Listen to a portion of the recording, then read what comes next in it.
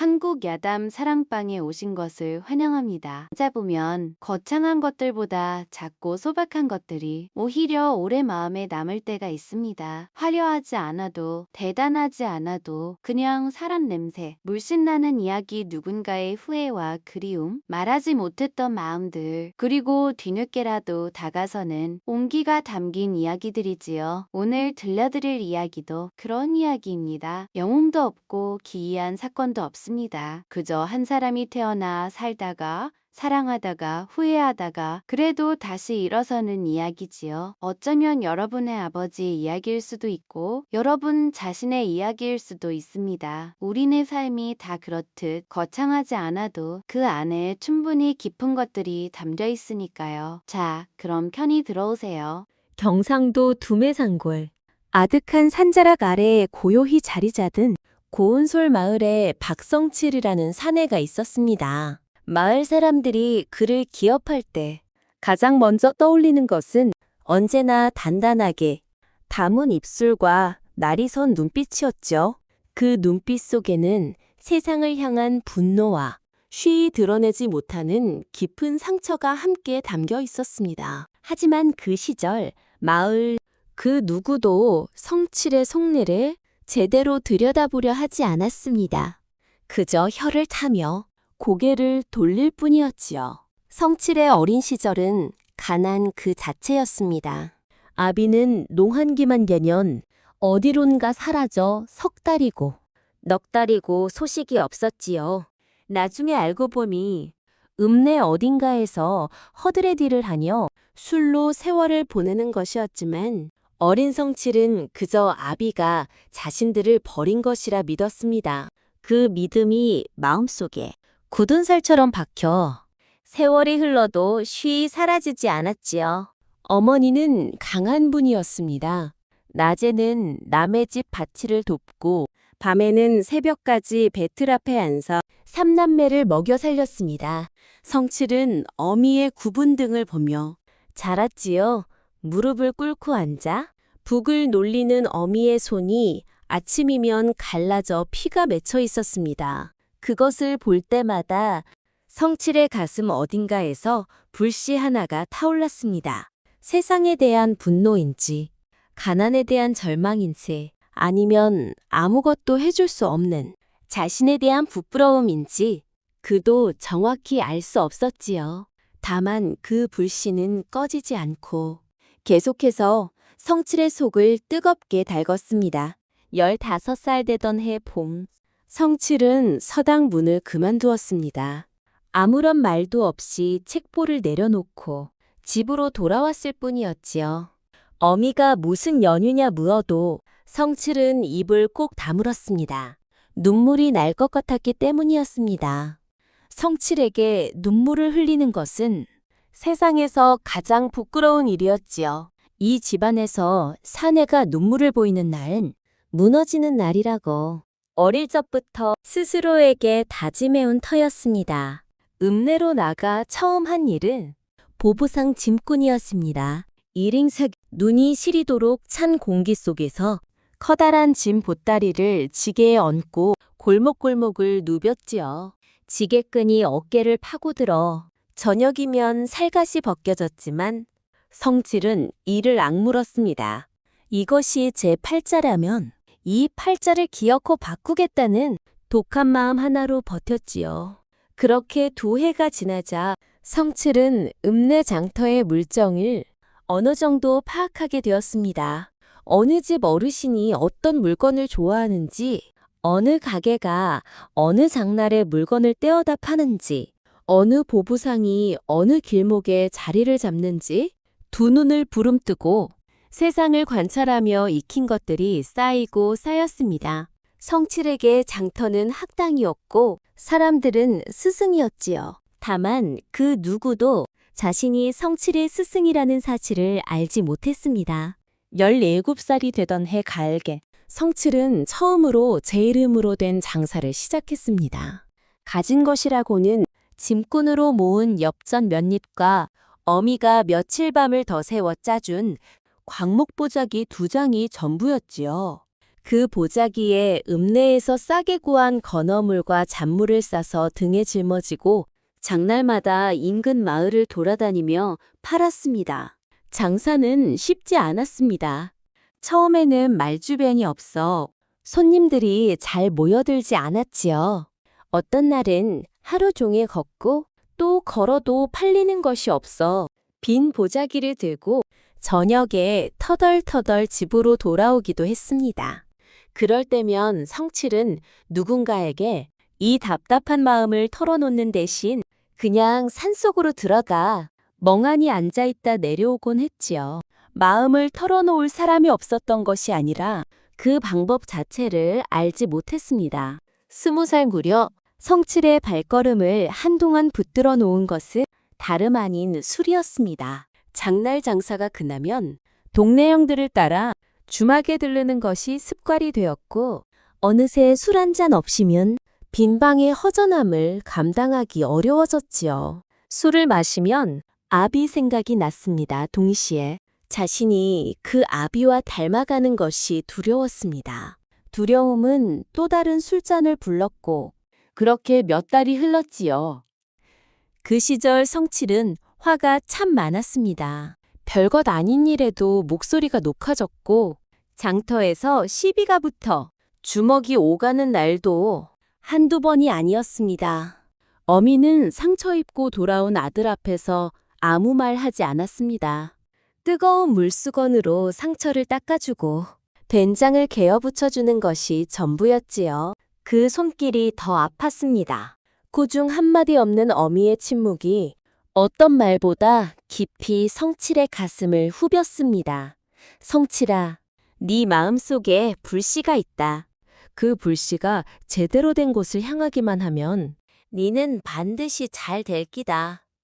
어느 날 밤 어미가 아들의 손을 꼭 쥐고 내뱉은 말이었습니다. 성칠은 아무 말 하지 않았지요. 눈물이 날 것 같았기 때문입니다. 하지만 그날 밤 이불을 뒤집어 쓰고 혼자 한참을 울었습니다. 이 세상에 태어나서 처음으로 아무도 보지 않는 곳에서 실컷 울었지요. 그 울음이 뭔가를 씻어냈는지 22살의 봄부터 성칠은 조금씩 달라지기 시작했습니다. 주막을 멀리하고 다시 새벽별을 보고 일어나 장터로 나갔지요. 말주변은 여전히 없었지만 대신 발품이 남달랐습니다. 남들이 2번 갈 길은 3번 갔고 남들이 1번 물어볼 것을 2번 물었습니다. 그 성실함이 조금씩 아주 조금씩 결실을 맺기 시작했지요. 성칠은 여전히 거칠고 무뚝뚝했습니다. 웃음이 드물었고 다정한 말은 더더욱 드물었지요. 하지만 마음속의 그 불씨는 이제 엉뚱한 곳을 태우지 않고 앞을 밝히는 방향으로 조금씩 향하고 있었습니다. 24살이 되던 해 가을, 성칠의 인생에 한 사람이 들어왔습니다. 그녀의 이름은 조정순이었지요. 고운솔 마을에서 세 고개를 넘어야 닿는 버들마을 출신으로 성칠보다 2살 어린 22살의 처자였습니다. 처음 마주친 것은 장날 장터에서였습니다. 마늘 한 접을 두고 흥정을 벌이다 목소리가 높아진 성칠의 역에서 정순이가 조용히 건너편 가게를 가리켰지요. 밭은 마늘이 훨씬 낮은 값에 쌓여 있었습니다. 성칠은 말없이 고개를 한번 끄덕이고 발걸음을 옮겼습니다. 뒤에서 정순이 작게 웃는 소리가 들렸지요. 그게 시작이었습니다. 한 번은 장날 오후 갑자기 소나기가 쏟아졌습니다. 장터 사람들이 저마다 처마 밑으로 뛰어들이고 물건을 덮내어 아우성이었지요. 성칠도 펼쳐놓은 건어물을 보자기로 허겁지겁 싸고 있었습니다. 그런데 문득 옆을 보니 정순이 비를 흠뻑 맞으며 옆 노점 할머니의 나물 광주리를 함께 덮어주고 있었지요. 자기 것은 아랑곳하지 않고 할머니가 연신 고맙다 손을 잡는데 정수는 그냥 웃기만 했습니다. 비에 젖은 머리카락이 이마에 달라붙어 있었지요. 성칠은 그 모습을 보다가 자기 손에 들린 보자기를 들고 정순 쪽으로 걸어갔습니다. 아무 말 없이 정순의 머리 위로 보자기를 펼쳐 들었지요. 정순이 고개를 들어 성칠을 바라봤습니다. 둘 다 아무 말이 없었습니다. 빗소리만 요란했지요. 성칠은 그날 집으로 돌아오는 내내 자신이 왜 그랬는지 스스로도 알 수 없어 괜히 헛기침만 했습니다. 두어 달이 지난 어느 겨울 장날이었습니다. 성칠이 국밥집 한켠에 앉아 혼자 밥을 먹고 있는데 정순이 건너편에 홀로 앉아 있었지요. 장을 보고 돌아가는 길인지 보따리를 옆에 두고 뜨거운 국물을 천천히 떠먹고 있었습니다. 성칠은 못 본 척하려 했습니다. 하지만 자꾸 눈이 갔지요. 정수는 혼자임에도 단정했습니다. 흐트러짐이 없었지요. 밥을 다 먹고 일어서면서 국밥집 아주머니에게 조용히 한마디 건네는 것이 보였습니다. 아주머니가 환하게 웃었지요. 무슨 말을 했는지는 들리지 않았습니다. 성칠은 자신의 빈 그릇을 내려다보다가 처음으로 이런 생각을 했습니다. 저 사람은 어떤 사람일까? 그 생각이 그날 밤 잠자리까지 따라왔지요. 장날마다 우연히 혹은 우연인 척하며 마주치는 일이 두어 달째 계속되었을 무렵 성칠은 자신이 그 처자가 오늘 장에 나왔는지를 은근히 두리번거리며 찾고 있다는 사실을 깨달았습니다. 그 사실을 깨닫고 나서 성칠은 사흘 동안 잠을 제대로 못 잤지요. 이게 뭔 일인가 싶어 혼자서 머리를 긁적이다가 결국 마을 어른들의 중매 자리에 처음으로 자발적으로 앉았습니다. 정수는 조용하고 단단한 사람이었습니다.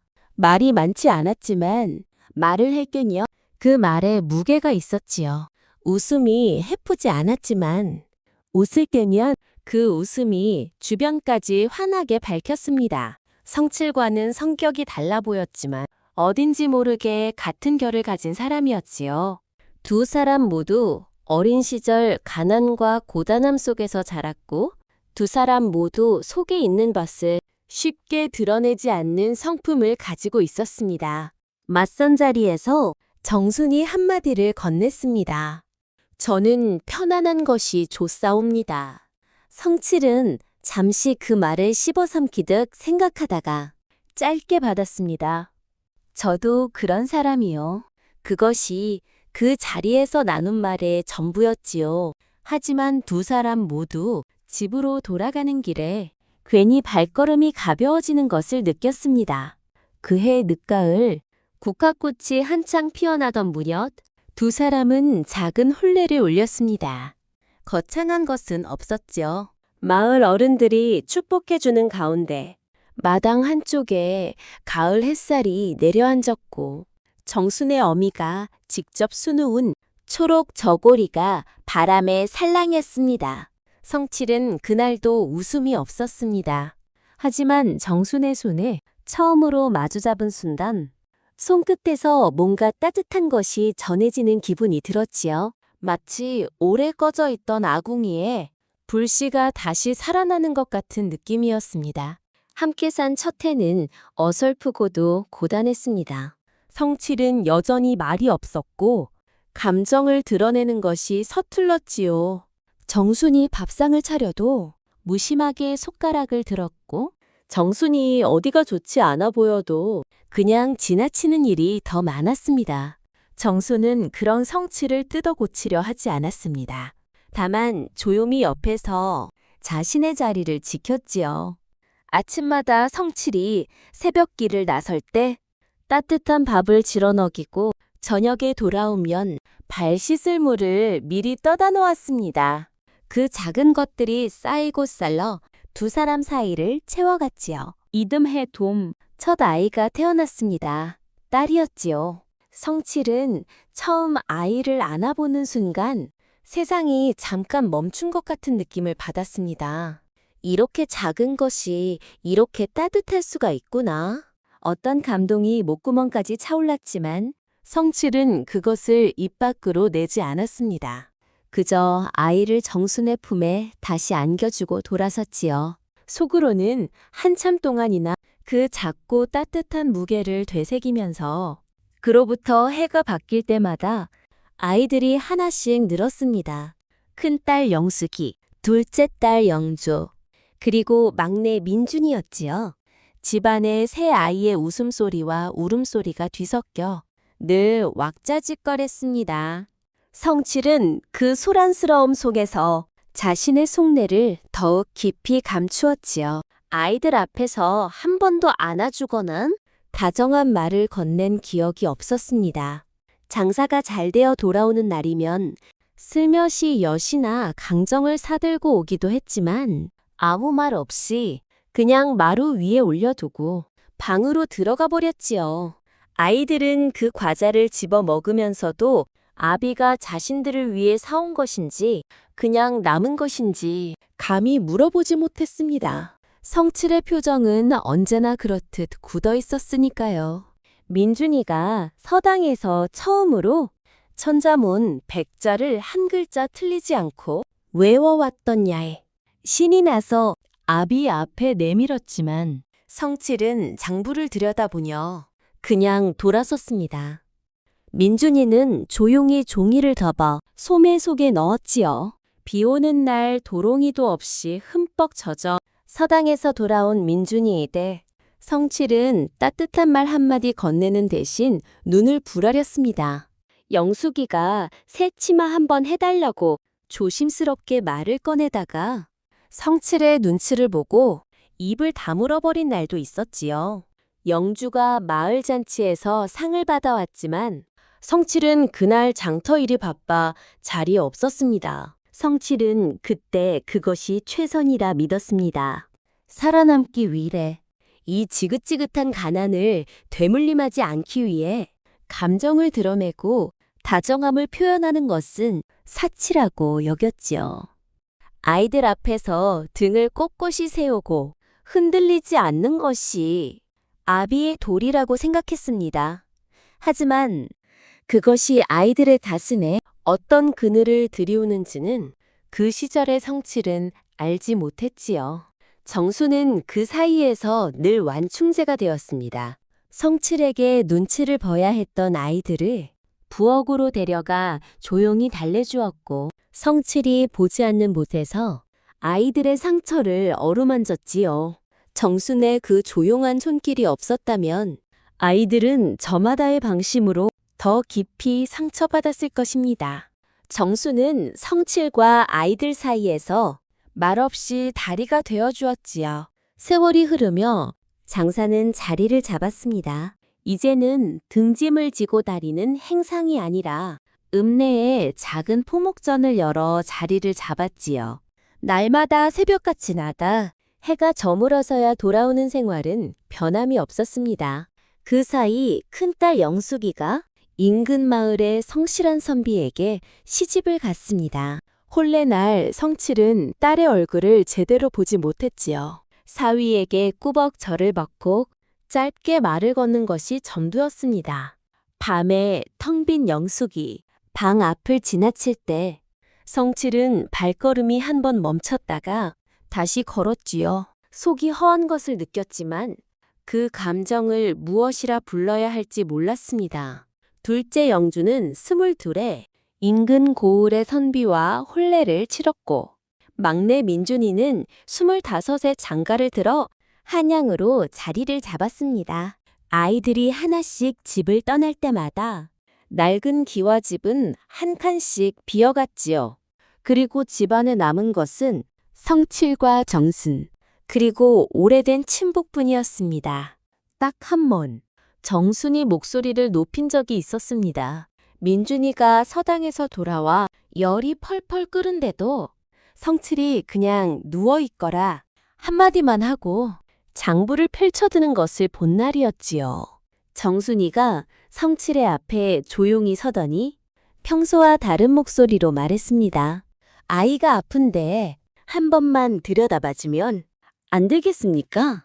나무라는 말도 따지는 말도 아니겠지요. 그냥 담담하게 하지만 단호하게 건넨 말이었습니다.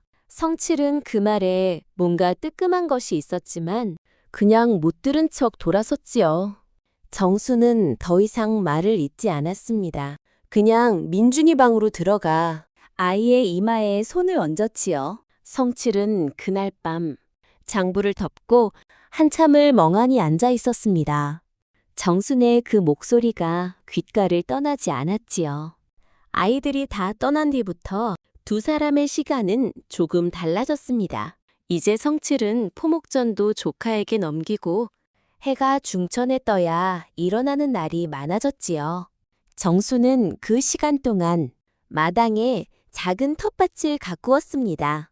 상추, 깻잎, 고추, 그리고 가을이면 국화꽃. 성칠은 말없이 정순의 텃밭 옆에 앉아 멍하니 먼 산을 바라보곤 했지요. 그것만으로도 두 사람 사이는 충분한 것 같았습니다. 어느 날 오후 정순이가 흙 묻은 손을 털며 혼잣말처럼 읊조렸습니다. 참 좋은 사람 만났제. 성칠은 그 말을 들었지만 아무 대꾸도 하지 않았지요. 하지만 그날 밤 잠자리에 누워 그 짧은 말을 한참 되새겼습니다. 참 좋은 사람. 내가 그런가? 나는 참으로 못나고 거친 사람인데. 그 생각이 꼬리를 골어 새벽까지 이어졌지만 결국 성칠은 아무 말도 하지 않고 그 마음을 혼자 삼켰습니다. 내일 말해주면 되지. 내일은 꼭 하지만 그 내일은 오지 않았지요. 정순이 처음 몸이 이상하다 한 것은 막내 민준이가 한양으로 떠난 지 2해가 지난 겨울이었습니다. 대수롭지 않게 허리가 아프다 했고 성칠은 더 이상 묻지 않았지요. 그렇게 한 달이 지나고 2달이 지나도록 정순의 몸은 조금씩 야위어 갔습니다. 밥상에 앉는 시간이 짧아졌고 마당에 텃밭을 돌보는 시간도 줄었지요. 성칠은 뭔가 이상하다는 것을 느꼈지만 대놓고 물어보는 것이 어색했습니다. 그냥 지나치는 것이 더 쉬웠지요. 하지만 그 쉬운 선택에 나중에 얼마나 큰 후회가 될지 그때는 알지 못했습니다. 3번째 달에 접어들었을 때 큰딸 영숙이가 먼 길을 달려왔습니다. 어미에게서 기별을 받은 것이었지요. 영숙이의 얼굴이 굳어있는 것을 보고서야 성칠은 그제야 정순의 방으로 들어갔습니다. 정순은 이불을 반쯤 닫고 창밖의 감나무를 바라보고 있었지요.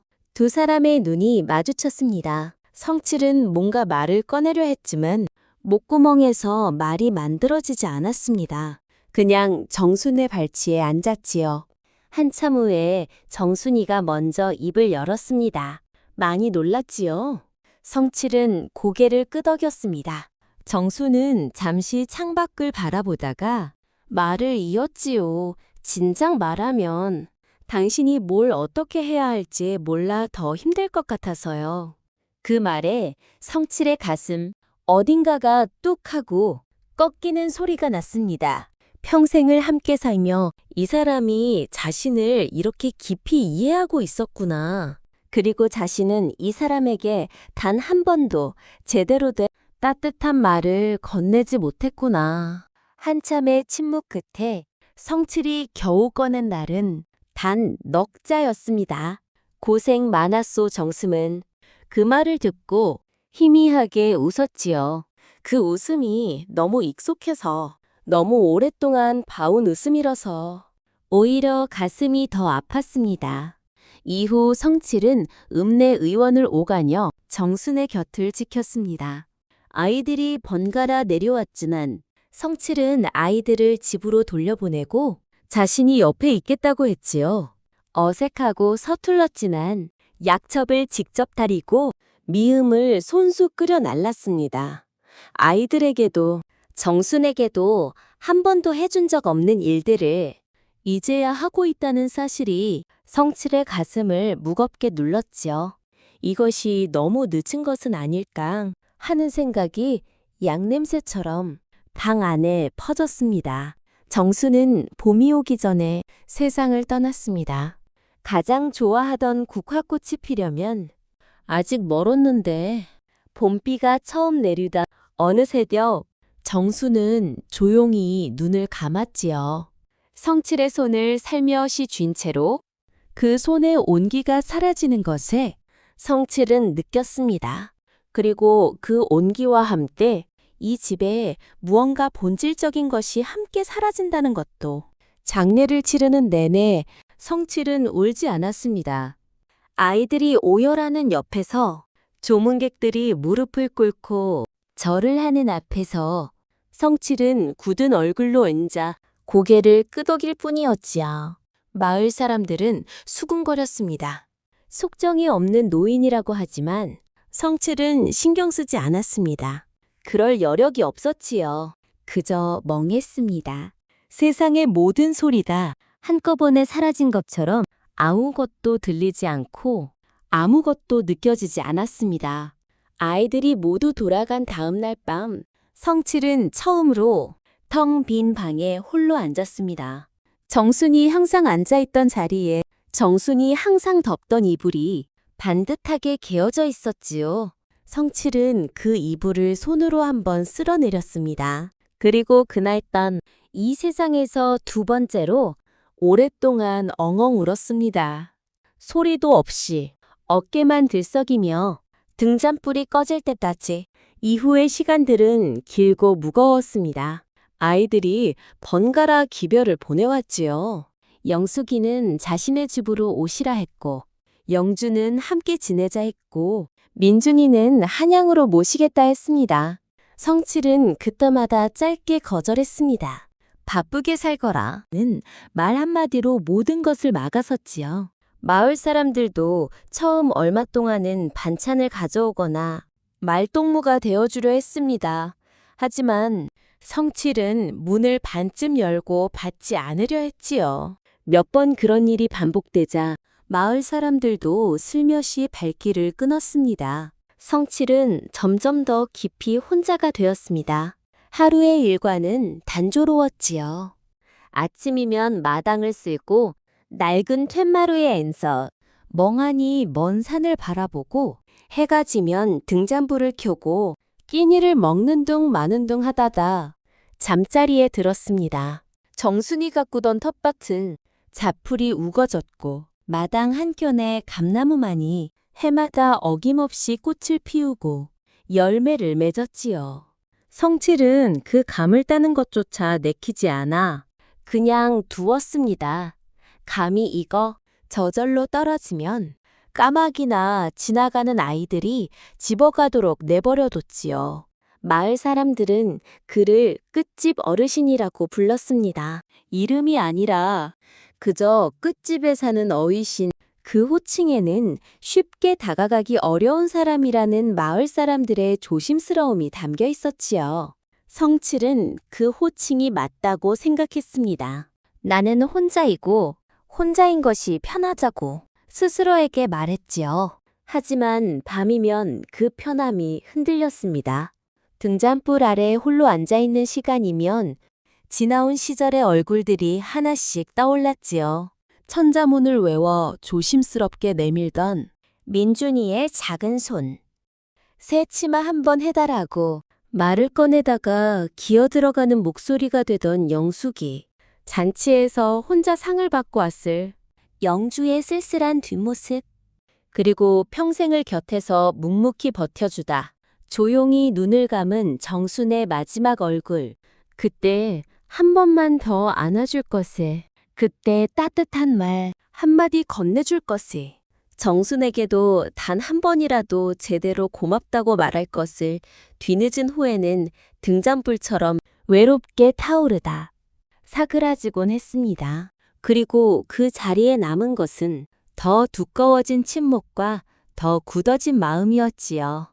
그렇게 몇 해가 흘렀습니다. 아이들의 기별은 점점 드물어졌고 마을 끝 낡은 기와집의 등잔불은 매일 밤 켜졌습니다. 하지만 그 빛은 누군가를 위한 것이 아니었지요.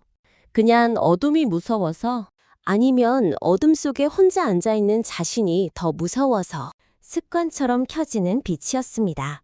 그해 여름이 끝나갈 무렵이었습니다.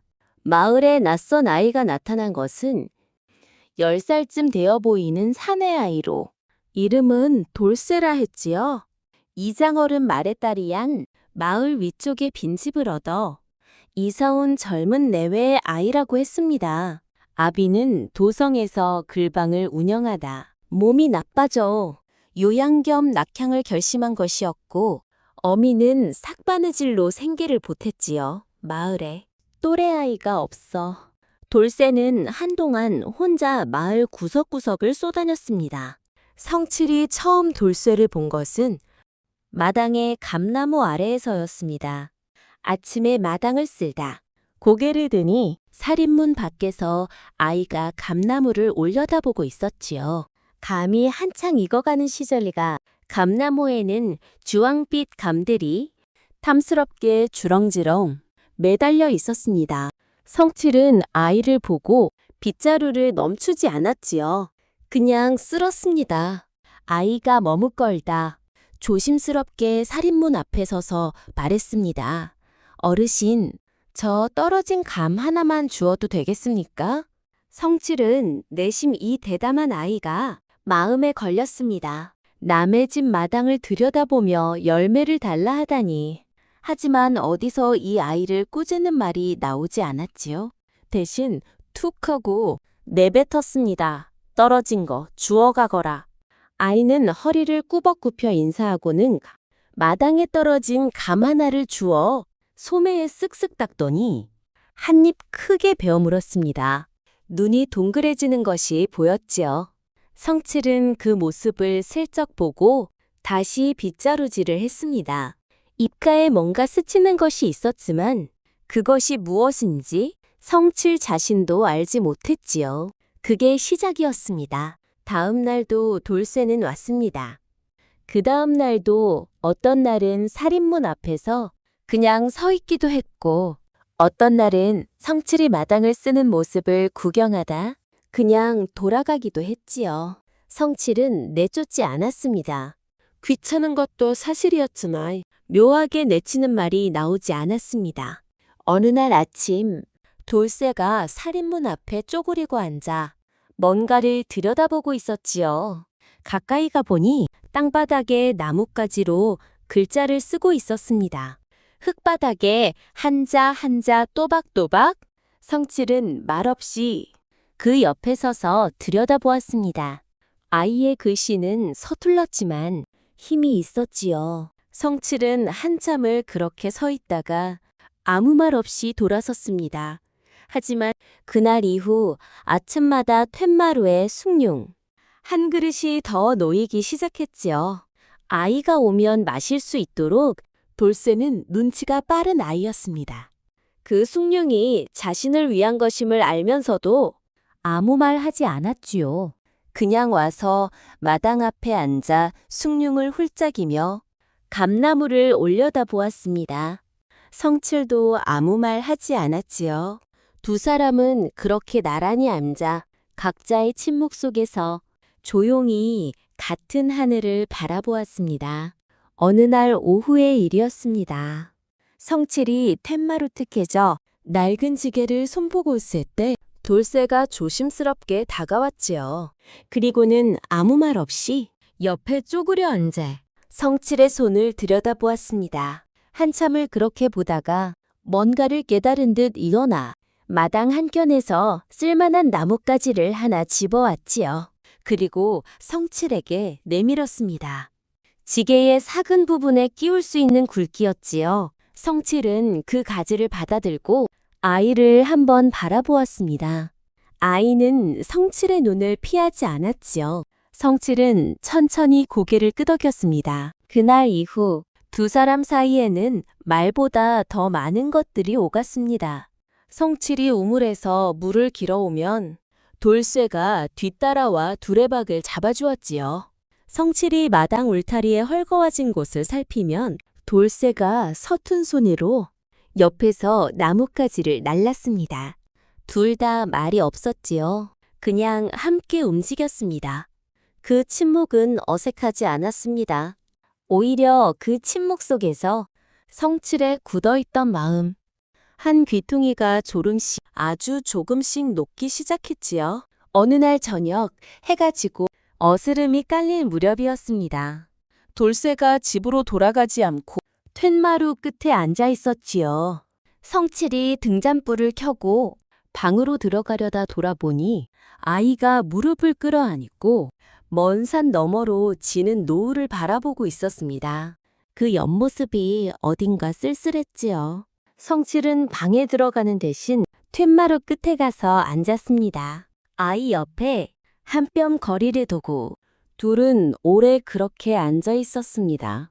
노을이 지고 어둠이 내려앉고 귀뚜라미 소리가 마당을 채울 때까지 아무 말도 없었지요. 하지만 그 침묵 속에서 오랫동안 빈방처럼 차있던 성칠의 가슴 한켠에 무언가 조용히 채워지는 느낌이 들었습니다. 그날 밤이었습니다. 성칠은 문득 일어나 벽장을 열었지요. 안쪽 깊숙이 오래된 보따리 하나가 있었습니다. 정순이 쓰던 바느질 상자 옆에 개어둔 낡은 소미불이었지요. 성칠은 그 이불을 빠내 품에 안았습니다. 정순의 냄새가 아직 남아있는 것 같았지요. 한참을 그렇게 안고 서 있다가 이불을 들고 툇마루로 나갔습니다. 돌쇠는 아직 거기 있었지요. 어느새 꾸벅꾸벅 졸고 있었습니다. 성칠은 조심스럽게, 아주 조심스럽게 그 이불을 아이의 어깨 위로 덮어주었습니다. 마치 수십 년 전 해주지 못했던 그 따뜻함을 이제라도 전하려는 듯이 이불의 온기가 전해지자 돌쇠는 잠결에 희미하게 몸을 웅크렸습니다. 그 모습을 바라보닌 성칠의 눈시울이 뜨거워졌지요. 그날 밤 성칠은 잠든 아이의 곁을 한참 지키다가 아주 오랜만에 깊고 편안한 잠을 잤습니다. 가을로 접어들면서 낡은 기와집에는 작은 변화들이 생기기 시작했습니다. 돌쇠가 오지 않는 날은 성칠의 아침이 왠지 허전했지요. 그 허전함을 처음에는 인정하지 않으려 했지만 어느 순간부터 그냥 받아들이게 되었습니다. 돌쇠 역시 마을 어귀에서 아이들과 어울려 놀다가도 어느새 고운솔 마을 끝집으로 발걸음을 옮기곤 했지요. 무언가 그곳이 편했기 때문이었습니다. 말이 없고 무뚝뚝한 노인이지만 그 옆에 있으면 이상하게 마음이 고요해졌지요. 하루는 돌쇠가 글씨 연습을 한 종이를 성칠 앞에 내밀었습니다. 흥덕왕이니 충효니 서툴지만 정성껏 쓴 글자들이 가득했지요. 성칠은 그 종이를 받아 한참 들여다보았습니다. 아무 말도 하지 않았지요. 그냥 천천히 고개를 끄덕였습니다. 그 고개 끄덕임 하나에 돌쇠의 얼굴이 환해졌지요. 그 얼굴을 보면서 성칠은 오래전 민준이의 얼굴이 겹쳐 보였습니다. 백천자문을 외워왔던 날, 자신이 그냥 돌아섰던 그 순간이 하지만 이번에는 돌아서지 않았습니다. 그날 성칠은 처음으로 붓을 꺼내들었습니다. 돌쇠가 보는 앞에서 크게 2페이지로 써주세요. 종이 위에 또박또박 한 글자씩 써 내려갔지요. 서툰 글씨였지만 힘이 있었습니다. 돌쇠는 눈을 빛내며 들여다보았지요. 두 사람은 그날 오후 내내 나란히 앉아 글씨를 썼습니다. 말 한마디 없이 그냥 붓소리와 바람소리만이 사랑방을 채웠지요. 그 무렵부터였습니다. 성칠이 마을로 나서는 발걸음이 달라진 것이. 아침에 감나무에서 잘 익은 감을 따서 이웃집 문 앞에 소쿠리째 두고 왔습니다. 아무 말 없이 그냥 두고 왔지요. 처음에는 마을 사람들이 의아해했습니다. 끝집 어르신이 왜 저러나 하고, 하지만 며칠이 지나고 열흘이 지나도록 그 일이 반복되자 마을 사람들은 조금씩 달리 보기 시작했지요. 우물가에서 물동이를 이고 가는 안악이 있으면 성칠은 아무 말 없이 두레박을 더 길어주었습니다. 길가에 쭈그려 앉아 울고 있는 아이가 있으면 성칠은 주머니에서 감 하나를 꺼내 슬며시 손에 쥐어주었지요. 여전히 말은 없었습니다. 하지만 그 행동 속에 담긴 따스함에 마을 사람들은 느낄 수 있었습니다. 마을 아이들이 신기한 듯 끝집 마당 주위를 맴돌면 이제는 내쫓는 대신 툇마루에 앉혀 숭늉 한 그릇을 건네주었지요. 어떤 날은 돌쇠가 아이들을 데려오기도 했습니다. 성칠의 마당이 어느새 아이들의 놀이터가 되어갔지요. 마당에는 아이들의 웃음소리가 가득했고 그 소리를 툇마루에서 듣고 있는 성칠의 얼굴에는 오랫동안 볼 수 없었던 무언가 부드러운 것이 번졌습니다. 마을 사람들은 더 이상 그를 끝집 어르신이라고 부르지 않았습니다. 감나무집 어르신이라 불렀지요. 그 호칭에는 거리 대신 옴기가 담겨 있었습니다. 그러던 어느 날 밤이었습니다. 보름달이 환히 뜬 깊은 밤, 성칠이 툇마루에 앉아 스르르 잠에 빠져기려던 바로 그 순간이었죠. 살인문 쪽에서 아주 작은 소리가 들려왔습니다. 똑똑 대문이 아닌 마당으로 난 작은 쪽문을 두드리는 소리였지요. 이 깊은 밤에 누구일까? 성칠은 삐걱거리는 무릎을 일으켜 소리가 나는 곳으로 향했습니다. 문을 열기 전 성칠은 잠시 멈췄습니다. 문틈으로 희미하게 비치는 인형을 보자 가슴 한구석에 묵직하게 가라앉아 있던 무언가가 먼지처럼 피어올랐지요. 문을 열자 달빛을 등지고 선 낯익은 실루엣이 서 있었습니다. 어린아이가 아니었지요. 어엿한 장정이 된 바로 성칠의 막내 민준이었습니다. 수십 년의 세월을 건너온 얼굴은 많이 낡아 있었지만 눈빛만은 예전처럼 맑고 고요했습니다. 마치 어린 시절 천자문을 내밀었다가 아비에게 외면당하고도 아무 말 없이 올려다보던 그 눈빛 그대로였지요. 민준이는 한양에서 나름 자리를 잡고 살았습니다. 하지만 그해 들어 일이 뜻대로 풀리지 않았지요. 오래 다니던 자리에서 물러나게 되었고 집안 살림도 팍팍해졌습니다. 아내와 어린 딸이 있었지만 그 무거움을 누구에게도 털어놓지 못한 채 몇 달을 버텼지요. 그러다 문득 어느 날 밤 이유도 없이 고향길을 떠올랐습니다. 아버지 생각이 났지요. 보고 싶다는 생각이라기보다는 그냥 그 낡은 기와집에 등잔불이 보고 싶었습니다. 어릴 때부터 밤마다 켜져 있던 그 불빛이 그래서 짐도 제대로 꾸리지 않고 길을 나섰지요. 마을 어귀에 들어서며 멀리 끝집을 바라보니 등잔불이 여전히 켜져 있었습니다. 그것만으로 가슴이 먹먹해졌지요. 살인문 앞에 한참을 서 있다가 겨우 손을 들어 문을 두드렸습니다. 성칠은 아무 말도 할 수 없었습니다. 왔느냐? 하는 흔한 말조차 목구멍에 걸려 나오지 않았지요. 그저 아들이 지친 얼굴과 세월에 닳아버린 어깨를 말없이 바라볼 뿐이었습니다. 먼저 침묵을 깬 것은 민준이었습니다. 그는 멋쩍게 웃으며 말했지요. 불빛이 보이질래? 그냥 발이 여기로 왔습니다. 아버지, 그 말은 마치 수십 년 전 상처받은 작은 아이다. 아비에게 건네닌 조심스러운 허락의 말이었습니다. 성칠은 이번에는 망설이지 않았지요. 아무 말 없이 고개를 깊게 끄덕이고는 문을 활짝 열어 아들이 들어올 길을 터주었습니다. 부자는 그날 밤 많은 말을 나누지 않았습니다. 성칠은 아들을 등잔불 아래 앉히고 따뜻한 국화차를 내어주었지요. 민준이는 두 손으로 찻잔을 감싸쥐고 그 온기를 말없이 받아들였습니다. 서먹한 공기 속에서 풀벌레 소리만이 창밖을 채웠지요. 얼마나 시간이 지났을까 민준이는 고단한 여정 탓인지 꾸벅꾸벅 졸기 시작했습니다. 성칠은 말없이 벽장에서 두툼한 소미불을 꺼냈지요. 그리고는 조심스럽게, 아주 조심스럽게 아들의 어깨 위로 덮어주었습니다.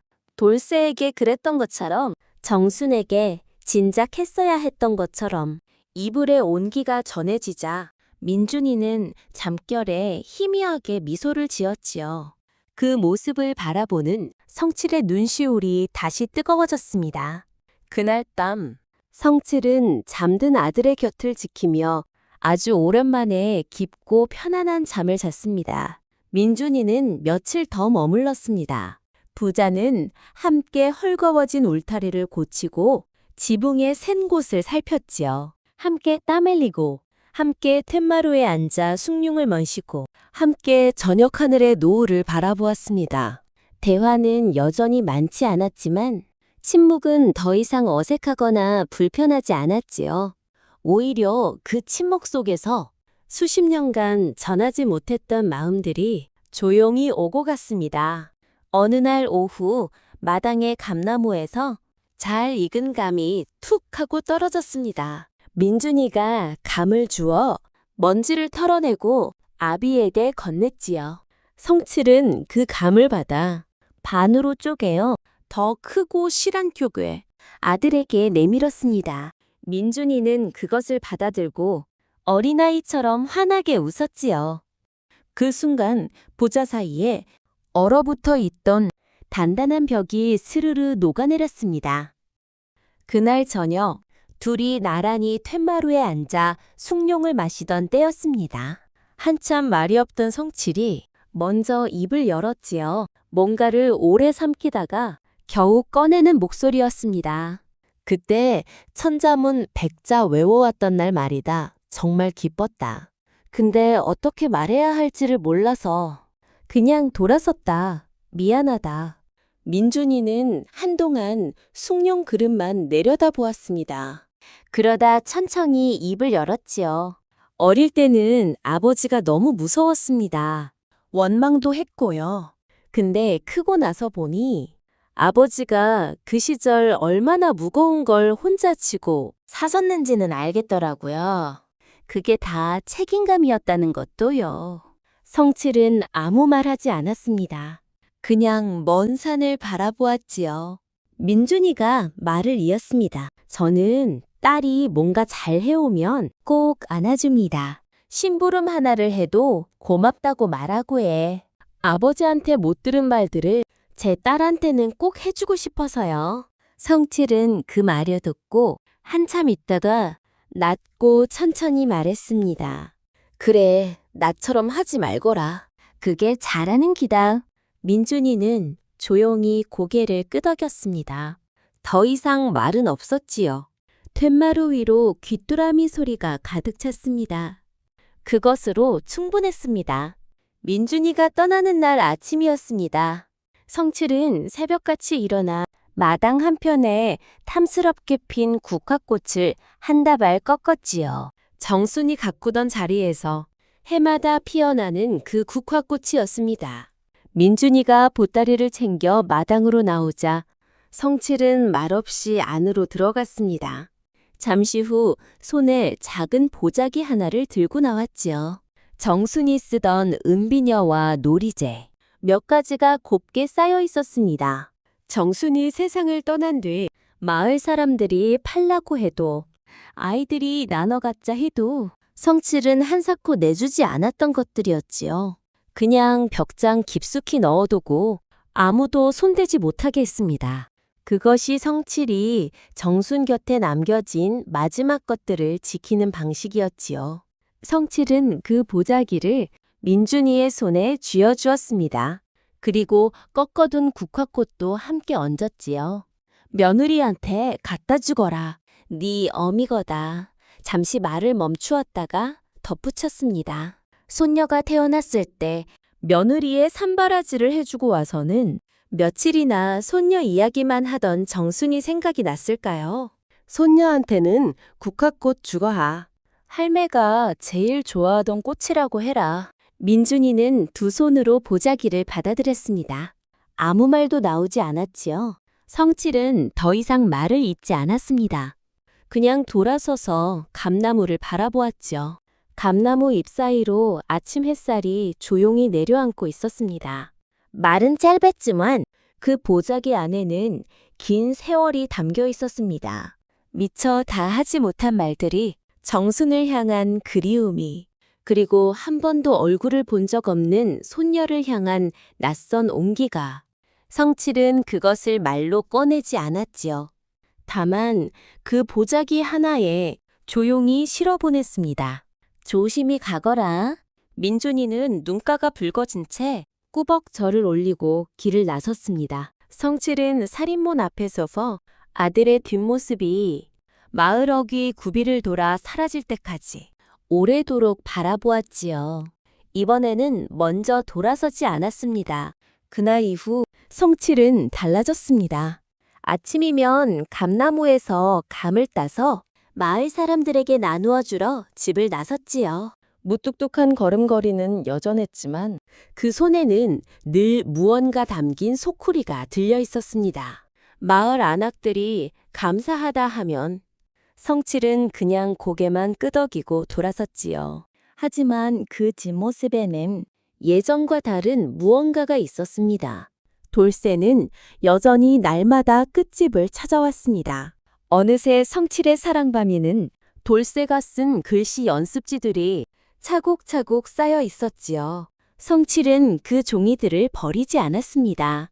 정순의 바느질 상자 옆에 고이 묶어두었지요. 마을 아이들이 끝집 마당에 모여 노는 소리가 들리면 마을 어른들이 고개를 갸웃하며 말했습니다. 끝집 어르신이 달라지셨어. 그리고 이내 고개를 끄덕이며 덧붙였지요. 아, 그 아이 덕분인다. 어떤 덕분인지는 딱 잘라 말할 수 없었습니다. 돌쇠 덕분인지, 민준이 덕분인지, 아니면 오랜 세월 홀로 버티며 쌓아온 후회의 무게가 결국 스스로 무너진 것인지, 하지만 분명한 것은 하나였지요. 고운솔 마을 끝집의 그 낡은 기와집에서 오래 꺼져 있던 아궁이에 다시 불이 살아났다는 것. 그리고 오늘 밤도 고운솔 마을 끝집의 그 작은 등잔불은 변함없이 조용히 켜져 있습니다. 성칠의 이야기를 쓰면서 내내 마음 한켠이 따뜻하면서도 조금은 아렸습니다. 잘 나지도 못 나지도 않은 사람. 사랑하는 방법을 몰랐던 사람. 하지만 끝내 마음을 열었던 사람. 그 옛날 우리 부호 또는 우리 주변 어딘가에 꼭 한 명씩은 있을 것 같은. 아니, 좋은 것을 좋다고 표현하지 못하고 칭찬도 서툴렀던 나 자신의 이야기였죠. 이 이야기를 여기까지 함께 해주신 여러분, 진심으로 고맙습니다. 부디 오늘도, 내일도, 그 다음 날도 자신의 마음을 정성스럽게 들여다보시고 내 주위에 많은 고마운 인연들이 살아있다는 것의 온기를 온몸으로 느끼시는 날들이 가득하시길 바랍니다. 크지 않아도 괜찮습니다. 소박하고 작은 것들 속에서도 삶은 충분히 충만할 수 있으니까요. 이 이야기를 쓰는 내내 저 역시 한 번쯤 스스로에게 물었습니다. 나는 어떤가? 어딘가 화가 나 있지는 않은가? 내 아이들에게, 내 곁의 사람들에게 해주지 못한 말들이 있지는 않은가?